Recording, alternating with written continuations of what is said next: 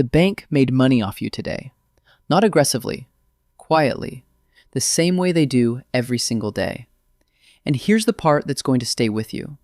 Somewhere in that same building, another person signed paperwork for the exact same loan product. Same interest rate, same terms, same bank, and walked out richer than when they walked in. You walked out owing. They walked out earning. The difference isn't their income. It isn't their credit score. It isn't some private banking relationship you don't have access to. It's one question they asked about that loan that you never did. Not, how fast can I pay this back? But, what does this money produce before I give it back? That question. 7 answers, all legitimate, each one more uncomfortable than the last. Most people think of debt as a direction, money flowing out of your life toward a lender. That's the only version of the story most people ever see, because that's the version that benefits the bank. A bank doesn't just collect your interest payment. It takes your deposited savings, pays you 4%, lends it to someone else at 10%, and keeps the 6% gap. Forever. The wealthy figured this out, and instead of sitting on the wrong side of that gap, they built their own. 7 ways. Here's exactly how. Way 1. Buying a business that pays back its own debt. Nobody talks about this at the beginning of their wealth journey, and it might be the single most powerful use of borrowed money that exists. Somewhere in your city right now, there is a business generating $130,000 in annual net profit. Consistent, documented, verified. And the owner wants to retire. They're not selling because it's failing. They're selling because they're 67 and tired. Most people drive past that opportunity because they assume buying a business means having $1 million in cash. It doesn't. The SBA 7A loan program was built specifically for this. Minimum down payment, 10%. The bank funds the remaining 90%. Run the numbers. $500,000 business. You put in $50,000. Bank lends $450,000 at 10.5% over 10 years. Monthly loan payment, $6,080. Monthly net profit after the manager's salary, $10,800. Your pocket every month, $4,720. Year 1 take home, $56,640 on $50,000 invested. That's a 113% cash-on-cash return. Not from building something, from buying something already working, and letting its own revenue retire the debt. The bank funded 90% of the acquisition. The business paid the bank back. You kept the difference. One honest thing before you get excited. Many sellers quote profit numbers that include their own salary. Verify everything independently. And SBA loans require demonstrated management experience. They don't approve everyone. But for the person who does the due diligence, the business doesn't just repay the loan, it funds a life. And here's what's interesting. That deal didn't even require a bank. Sometimes the only conversation you need is with the seller. Way 2. When the seller becomes the bank. Most buyers default to one move when they want to acquire property or a business. Go to the bank, get approved, accept the rate they offer. What they miss is that the seller is sometimes sitting across the table with a bigger tax problem than you have a cash problem.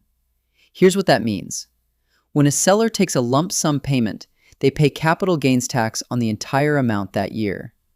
If they've owned something for decades and it's appreciated significantly, that bill can be devastating. But under IRS installment sale rules, if they spread payments over time, they only pay tax on what they receive each year.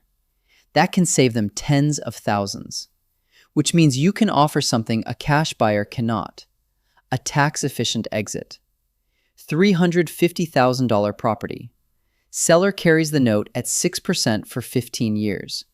No bank application, no origination fees, no appraisal. Terms negotiated directly at the table. Sometimes a lower down payment than any bank would accept. Sometimes no down payment at all, for the right buyer with the right track record. You solved their tax problem. They became your bank. The institution never entered the room.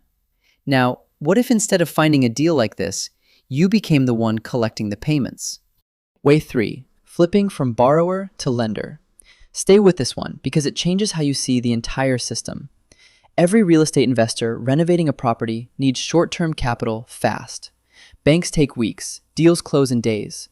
So they turn to private lenders, individuals with capital, who charge 10 to 14% annually on 6 to 12-month loans secured by the property itself. Now ask yourself which side of that transaction you want to be on. You lend $120,000 to a vetted real estate investor at 12% for 9 months. Interest earned $10,800. The loan is secured by a property worth $190,000. If they pay as agreed, $10,800 in 9 months on secured collateral. If they don't, you initiate foreclosure on a property worth more than what you lent.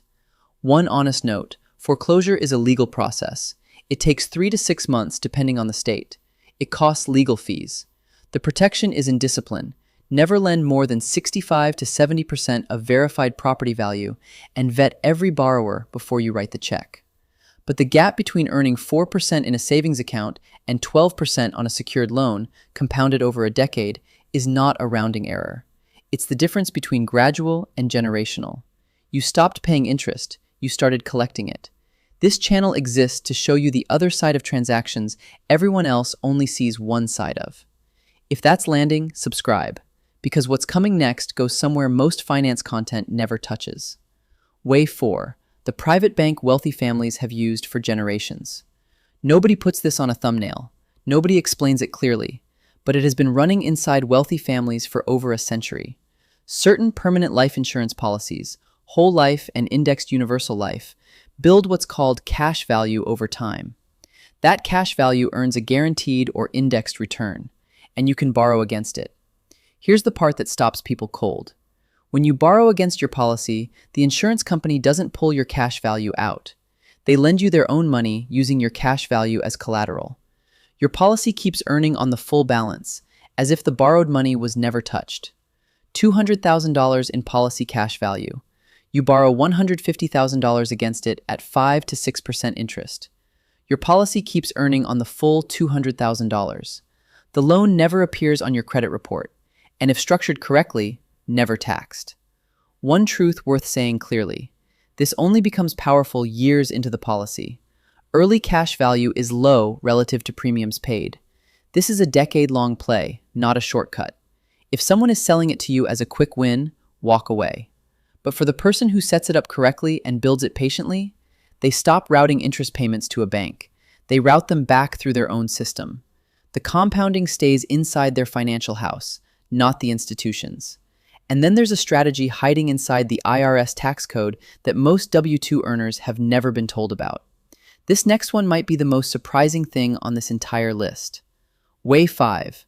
The tax code strategy that isn't a loophole. Not a loophole, not aggressive, not shady. Written directly into the IRS tax code. And most people who qualify for it have never heard of it.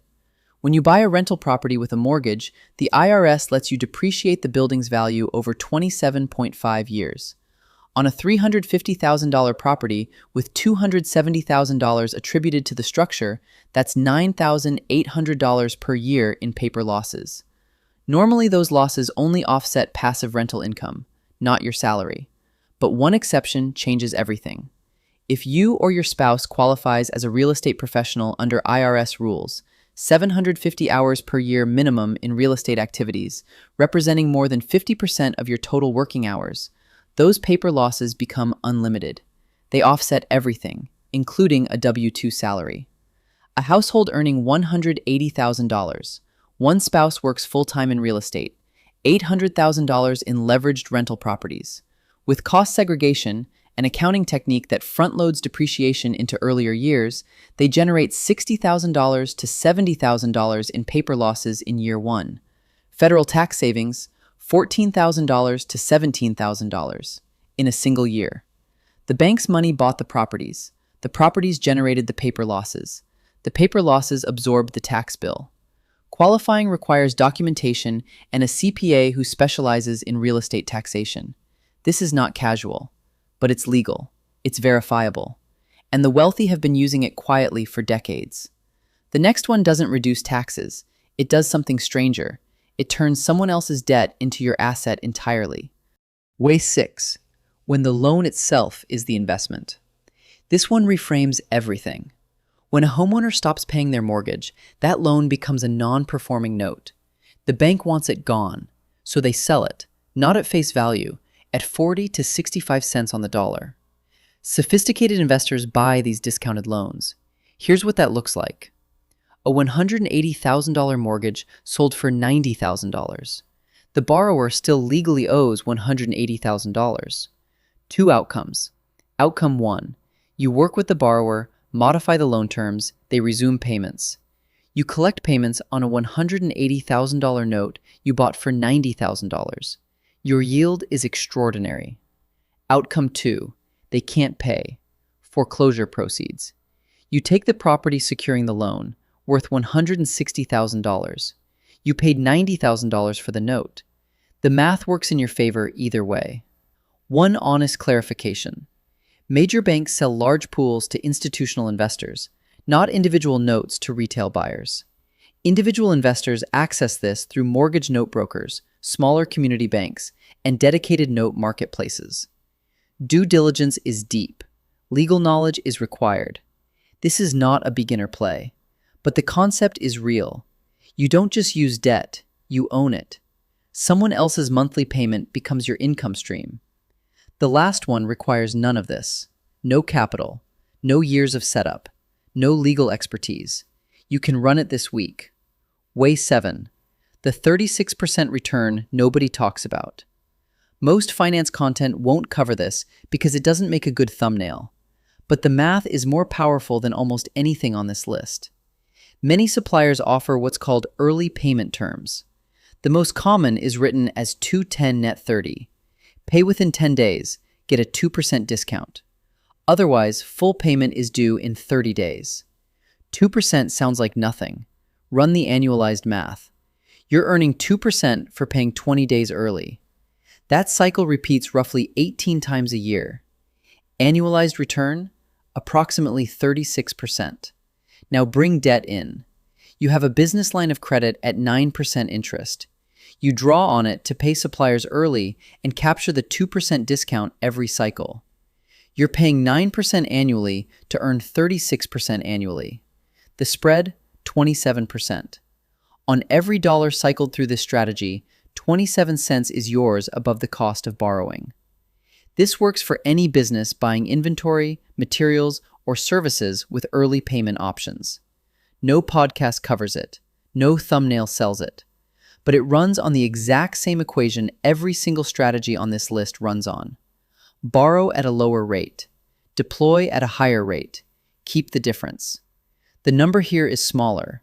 The math is identical to everything above it. And the person who understands this at $15,000 is the same person who recognizes it and scales it when it shows up at $1.5 million. The close. 7 ways. 7 different mechanisms. One question underneath all of them. What does this money produce before I give it back? That question is the dividing line. Not income, not connections, not luck. The bank has been asking that question about your money since the day you opened your first account. They take your deposits, pay you 4%, lend it at 10%, and keep the gap. Quietly, permanently, every single day. The only difference between you and the person walking out of that bank richer today is who gets to keep the gap. Now you know 7 ways to keep it yourself. If this video changed how you see the next loan you sign, that is the entire point of this channel. We do not do motivation. We do not do generic tips. We run the actual numbers so you can make real decisions with your eyes open. Subscribe, because next time we're going deeper. How to stack 2 or 3 of these simultaneously, and what happens to your net worth when the compounding from multiple spreads hits at the same time.